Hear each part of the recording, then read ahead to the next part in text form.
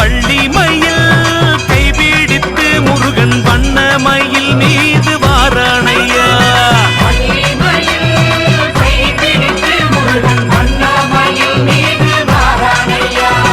கன்னித்தமிழ் காத்து நிற்கும் கந்தன் புகழை பாடுங்கய்யா.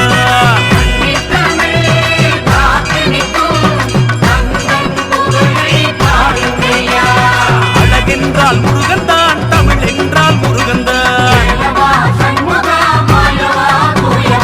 பரமசிவனுக்கு பாடம் சொன்னானப்பா, பாம்பாட்டி சித்தருக்கு காட்சி தந்தானப்பா, அருணகிரிக்கு ஞானம் கொடுத்தானப்பா, அம்மை பாட்டியின் தமிழை கேட்டானப்பா, அகத்தியரின் அன்பை பெற்றானப்பா, போகர் நவபாசானத்தில் எழுந்தானப்பா, சிக்கலில் வேல் வாங்கி நின்றானப்பா, திருச்செந்தூரில் சம்காரம் செய்தானப்பா, பிரம்மனை சிறையில் அடைத்தானப்பா.